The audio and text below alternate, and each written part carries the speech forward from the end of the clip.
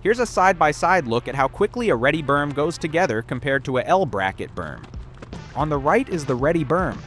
2 people unfold it, set it in position, and they're done.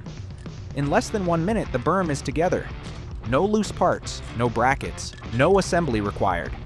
The wall design springs into shape with a simple tug on the skirt, so setup is almost instant. As the demonstration continues, you'll notice the difference adds up fast. While the L-bracket berm is still being put together, the Ready Berm is already fully deployed and ready for use. On the left, you'll see 2 people assembling the L-bracket berm. They're working through the usual process. Once the berm is laid out, the team begins inserting the L-brackets into the reinforced wall sleeves, 1 bracket at a time. Each bracket is placed securely, alternating their orientation. Every other bracket is positioned to face inward. This pattern enhances structural integrity and provides optimal support. It takes time, and every loose part adds another step. The same advantage shows up during breakdown.